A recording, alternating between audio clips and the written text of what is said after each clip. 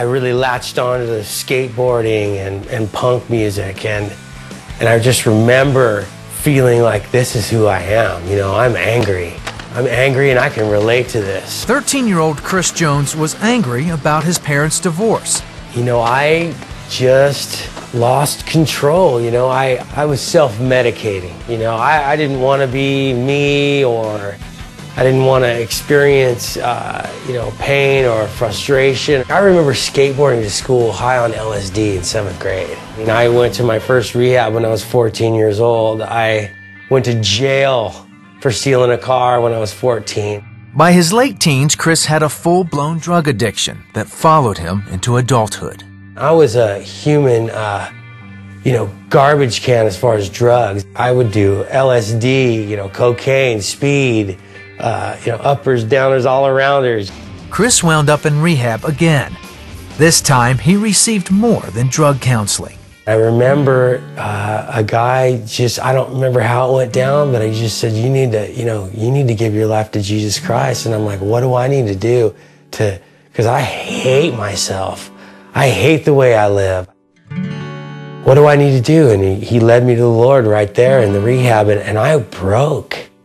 I mean, I just know it was real because I was broken. I was weeping.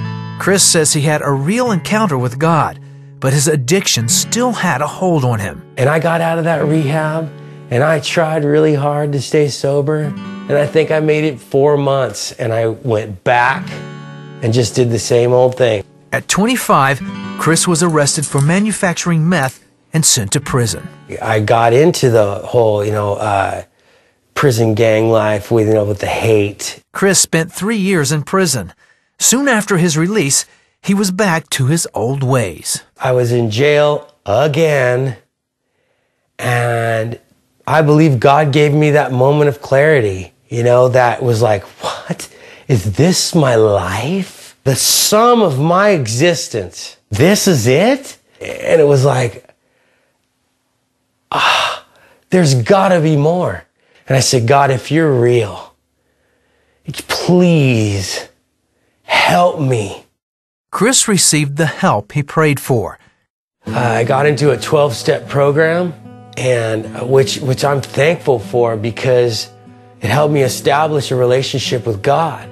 Over the next 4 years, Chris made some big changes. He cleaned up and got sober, started a wood flooring business, and got married. He and his new wife, Tracy, also had 2 children.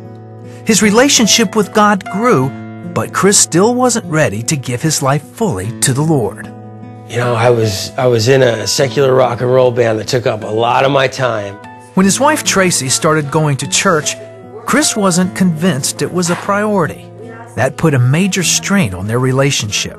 I was either gonna, like, divorce my wife because she, you know, she was a Christian now or whatever, and go against God, or I was gonna step up to the plate and join.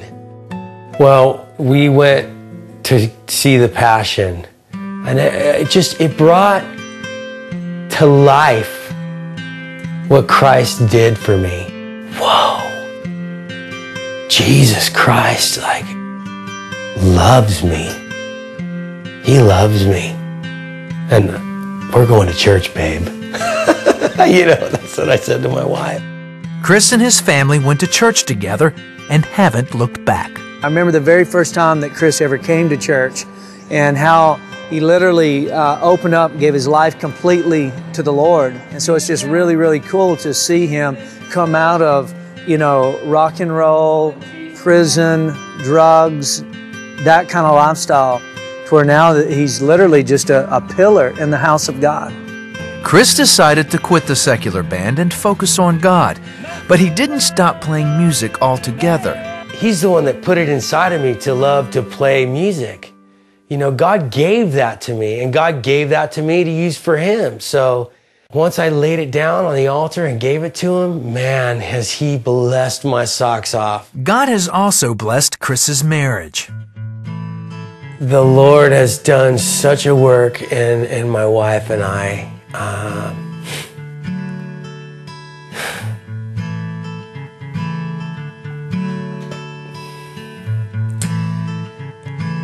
I will never be able to repay Him for my marriage. My marriage is beautiful now, and it was a wreck when we first got saved.